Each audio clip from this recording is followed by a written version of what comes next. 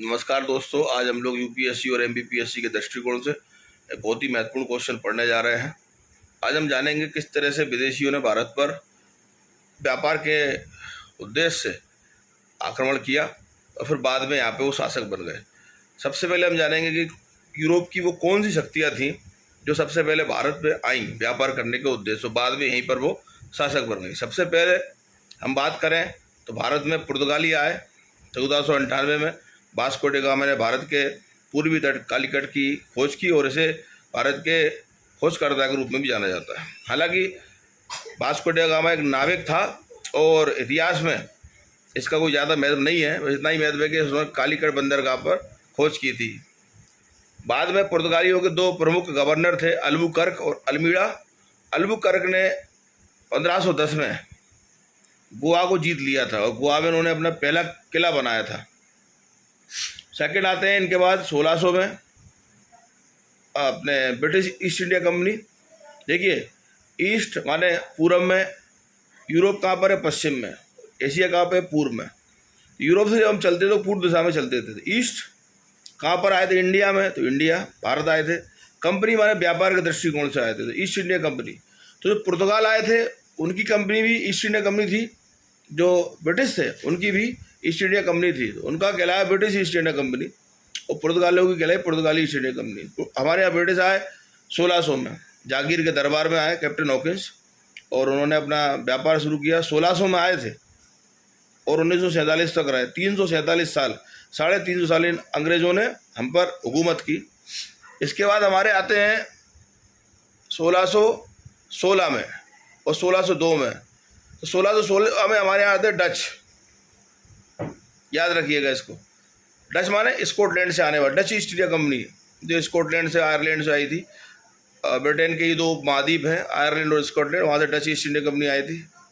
तो आपका क्या हो गया? पहले कौन थे? पुर्तगाली, फिर कौन थे? ब्रिटिश, पीबी हो गया, फिर आया डच, ठीक। उसका डेनिश आए, डेनमार्क से, Dutch Danish, Dutch east India company, Danish east India company. Danish कौन थे? डेनमार्क के लोग थे जो भारत में व्यापार करने आए थे। फिर आते हैं फ्रेंच 1664 में, और फिर उसके बाद हमारे आते हैं एंड में 1731 में, सबसे लास्ट में उनका नाम था हमारा स्वीडिश ईस्ट इंडिया कंपनी। कितनी ईस्ट इंडिया कंपनी हुई?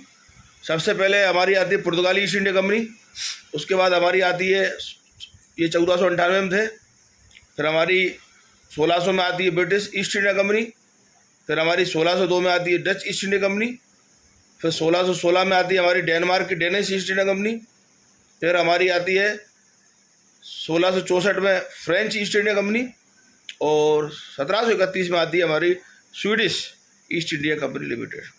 इन सभी का एक ही उद्देश्य था, भारत के साथ व्यापार करना। जिनमें जो सबसे पहले आए थे पुर्तगाली, वो सबसे अंत तक रहे। सबसे पहले मैंने आपको बताया 1498 में ये भारत आए थे।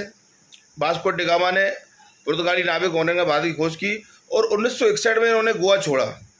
सरदार वल्लभ भाई पटेल हमारे देश के गृह मंत्री बने। 1947 में आज़ाद हुआ, तो जब देश का राष्ट्रीयकरण हो रहा था, अनेक रियासतों को और जागीरों को मिलाया जा रहा था, उसी समय सरदार वल्लभ भाई पटेल के नेतृत्व में हमारी सेना ने गोवा से पुर्तगालियों को हटा दिया और गोवा पर, भारत का गोवा, दमन और दीप पर भारत का कब्जा हो गया। ये सब पुर्तगालियों के पास थे।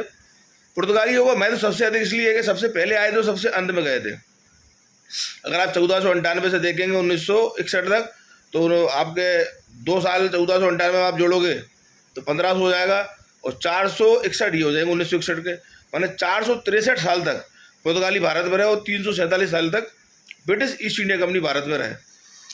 एक तरह से जितने भी यूरोपीय थे ये सब भारत में व्यापार के दृष्टिकोण से आए थे, लेकिन भारत में भारत जो था अलग अलग राज्यों में हिस्सों में बटा हुआ था।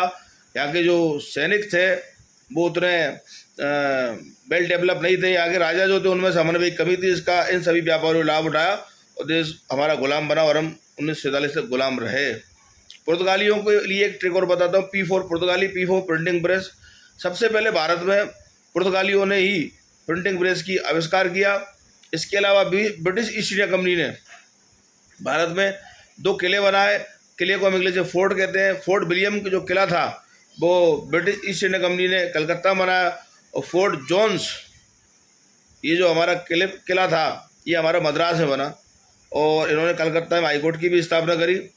इसके बाद 1764 आता है, प्लासी का युद्ध होता है, जिसमें नवाब सिराजुद्दौला, मुग़ल बादशाह और मीर कासिम की सेनाएं हार जाती हैं और यहीं से ब्रिटिश ईस्ट इंडिया कंपनी का सूर उदय होता है और वो बंगाल से निकलकर पूरे भारत में फैल जाते हैं। उस समय प्लासी के युद्ध में लॉर्ड रॉबर्ट क्लाइव जो था उसने ब्रिटिश सेना का नेतृत्व किया। हालांकि इस युद्ध में सिराजुद्दौला नहीं हारे थे, सिराजुद्दौला को हराया गया था। उनका एक गुलाम था, मीर जाफर उनका सेनापति था, उसने उनकी सेना के लगभग 30,000 सैनिकों को अपनी साइड में ला लिया था, जिससे हमला नहीं हुआ और सिराजुद्दौला हार गए। और बंगाल में ही मीर जाफर के बेटे मीरन ने सिराजुद्दौला की हत्या कर दी थी, जिसके कारण एक कालांतर कालयुग में भारत एक लंबे समय तक ब्रिटिश हुकूमत का गुलाम रहा। ये एक बहुत महत्वपूर्ण टॉपिक था जिसे मैंने आपको समझाया। इसी तरह की रोचक जानकारियों के लिए, मेंस के लिए आप अपनी तैयारी करते रहिए और तोमर एकेडमी गुना के इस यूट्यूब चैनल को देखते रहिए। वंदे मातरम। जय हिंद। विक्रम सिंह तोमर।